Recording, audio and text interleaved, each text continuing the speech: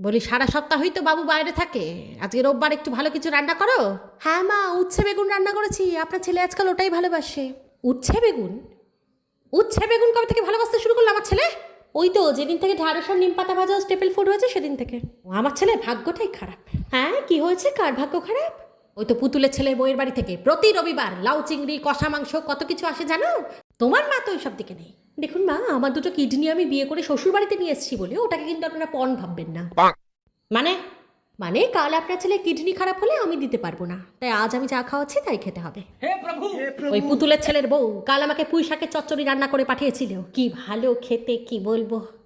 ও, আপনার মুখে স্বাদ করকগুলো তো মানে কাজ করে। আমার হাতে রান্না করার সময় কি বন্ধ করে দেখেন? ও তুমি যা রান্না করো স্বাদ করো এমনি বন্ধ হয়ে যায়।